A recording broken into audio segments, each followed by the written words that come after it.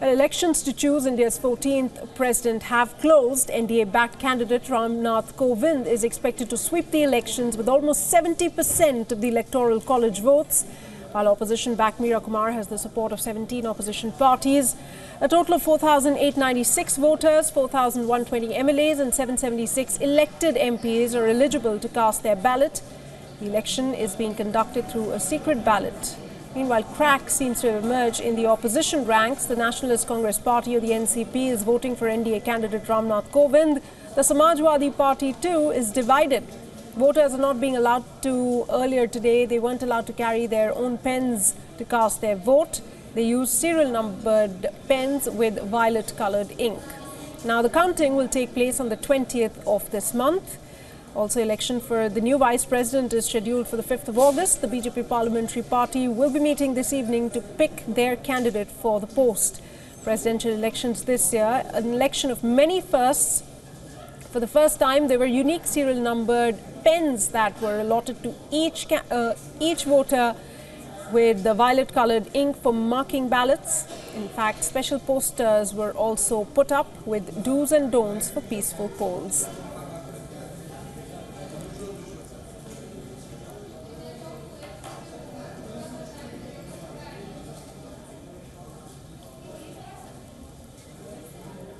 Well, that's the latest that we have on the presidential election. Voting took place between 10 a.m. to 5 p.m. this evening, and the counting of votes will take place on the 20th of this month. Now, lawmakers from across the country came out and cast their vote. The main candidates are Ram Nath Kovind and Meera Kumar, who is fielded by the opposition parties. Of course, all indications at this point that Ram Nath Kovind has the majority of votes behind him. It is now a matter of days now before the results will be announced on the 20th. Now, fissures have deepened in the unity of the opposition as the elected legislators of the Electoral College vote to elect the next president. Today, not just the JDU, which first had proposed a non-NDA candidate for presidential post, which is in fact reportedly voting for Ram Nath Kovind, but even a faction of the Samajwadi Party and more recently Sharad Pawar-led NCP has said that it will be voting for the government's nominee to elect the president. So with this, a question emerges: has the unity of the much-touted Grand Alliance splintered in its first major test?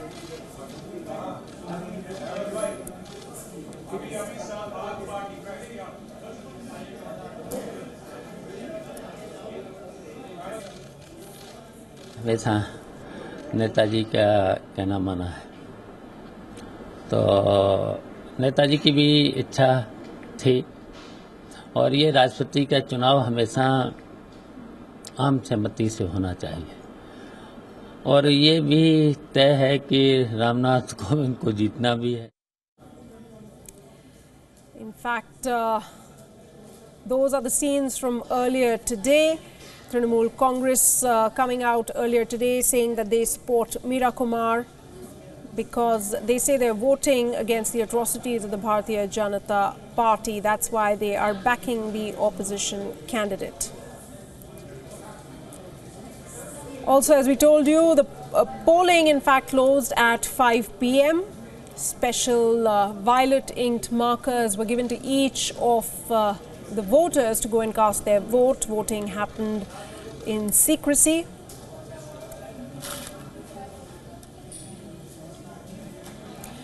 And we will be tracking the latest developments after voting closed about half an hour ago. But another crucial point now is the election of the vice president. And there is controversy that's already brewing over the opposition's choice of their candidate, Gopal Krishna Gandhi.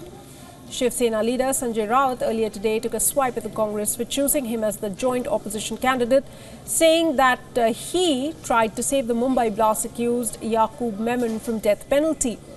In a letter to then-President APJ Abdul Kalam, Gandhi had asked for reconsideration of rejection of Yaqub Memon's mercy plea.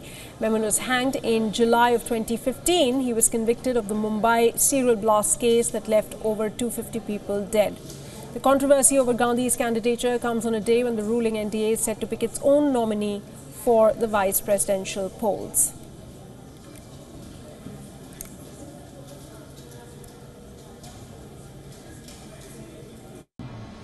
जो याकूब मेमन जिसने Mumbai serial bomb blast में bomb plotting किया था, पाकिस्तान के साथ हाथ मिलाकर हिंदुस्तान के खिलाफ युद्ध छेड़ने वाला पाकिस्तान का एक मोहरा बन गया था ये। ऐसे याकूब मेमन की फांसी रोकने के लिए जिस गोपाल कृष्ण गांधी ने पूरी अपनी ताकत लगाई थी, राष्ट्रपति तक लेटर लिखा था, देश के सामने कहा था कि उनकी फांसी रोकनी चाहिए, ऐसे गोपाल कृष्ण गांधी को आप उपराष्ट्रपति पद के उम्मीदवार बना दो। Well, in the next fortnight, the country will have a new elected president, also a vice president. Those visuals from early on in the day. All lawmakers went out to cast their vote as well. Now, it's important to note here that it is the Electoral College that elects the president. The body comprises of all elected members of parliament, members of the legislative assemblies of states as well as union territories. The total strength of the Electoral College is 10,98,903 to be exact, and a candidate needs 50% plus votes to win the poll. Now, what many say at this point is that Ram Nath Kovind's victory against Meera Kumar is almost a foregone conclusion, because almost 40 parties, including many from outside the NDA as well, like the JDU and NCP, have pledged support to Ram Nath Kovind. Let's get in WION's correspondent Raghavendra Rao. He's been tracking all developments for us since morning as far as the presidential elections are concerned. Raghavendra, you're talking about how polling has closed and how in all probability Ram Nath Kovind might just sweep the presidential election. Well, that's correct, Sana. And if one were to go strictly by the numbers, they are stacked firmly in favor of Ram Nath Kovind. The NDA and its allies included, they have sufficient number of legislators who in turn have sufficient number of votes, which should help Ram Nath Kovind sail through quite easily. The opposition did try to make a fight out of it, did try to make a match out of it by fielding Meera Kumar, but the fact that opposition parties simply do not have the required numbers has basically reduced it to a one-sided kind of an affair, where even before the contest began, one was pretty sure that it would have required something really out of the ordinary to give any kind of a difficulty to the NDA and Mr. Kovind as far as the presidential polls are concerned. Right. Also, Raghavendra, this election, we've been telling our viewers since morning, is an election of many firsts. For instance, there were posters put up about do's and don'ts and special pens that were given individually to all the voters as well. How was that experience? Well, yes, exactly. That was something new. The fact that it was decided that the voters, the legislators in this case, the MLAs and the MPs who voted during these elections, they were not allowed to use their own pens and were instead given, pens having particular serial numbers and having a violet indelible ink, so as to standardize the entire process. This was essentially done to ensure that no tampering can take place as far as the paper ballot is concerned. Often, there have been controversies, where a voter marks his preference in the paper ballot rather, and at times there are questions raised over whether that vote has been read correctly once the counting happens. So in order to do away with all kinds of confusions or skepticisms, it was decided that all voters will be using a special pen with a violet indelible ink, and that was a new thing. Yes, also a list of do's and don'ts were displayed prominently inside the Parliament House building, where these voters they could just get to know what all they were supposed to do and what all they were not supposed to do.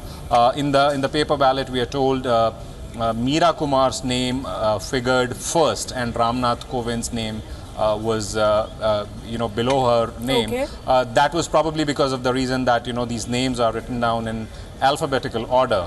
So nothing more to be read into that. All right. And it was a very festive-like atmosphere as far as the Parliament House building was concerned today. And we saw senior leaders as well as several first-time MPs turning up in huge numbers to cast their votes. Now Right. all eyes will be on July 20th when the counting takes place for these votes for the presidential Absolutely. elections. Well, Raghavendra, as you said, 20th July is when the results will be out. But the next step now is for the lawmakers to look forward to the vice presidential election. And there is a bit of a controversy in that regard as well. We're hearing the BJP parliamentary meeting is going to happen this evening to finalize their candidate. Meanwhile, there's already controversy over the opposition candidate, isn't it? Well, absolutely, and Shiv Sena has gone, all hammer and tongs at the Congress, saying that the candidate which the opposition parties have chosen, Mr. Gopal Krishna Gandhi, the grandson of Mahatma Gandhi and also a former governor, the Shiv Sena has pointed out that he's the same person who favored, amnesty to Mumbai blasts convict Yaqub Memon. And they have pointed out that Mr. Gandhi, at the time of Yaqub Memon's conviction, he had pleaded for mercy before the President of India. Now, that has led to a controversy, and it has led to a situation where the opposition parties, particularly the Congress, they are finding themselves in the dock as to how to defend, this kind of a charge.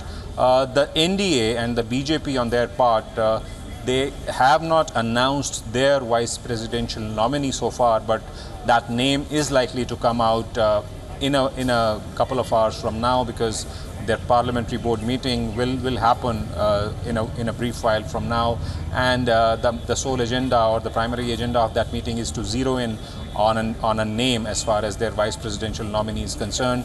Several names have been doing the rounds. We hear that Union Urban Development Minister Venkaiah Naidu is believed to be one of the front runners for the vice presidential nomination. Whether that happens or not, that still remains absolutely. But nonetheless, it will be either Mr. Venkaiah Naidu or Mr. C. Vidyasagar Rao against the opposition candidate, Mr. Gopal Krishna Gandhi. We'll leave it at that. Thanks so much, Raghavendra, for joining us there with all those inputs.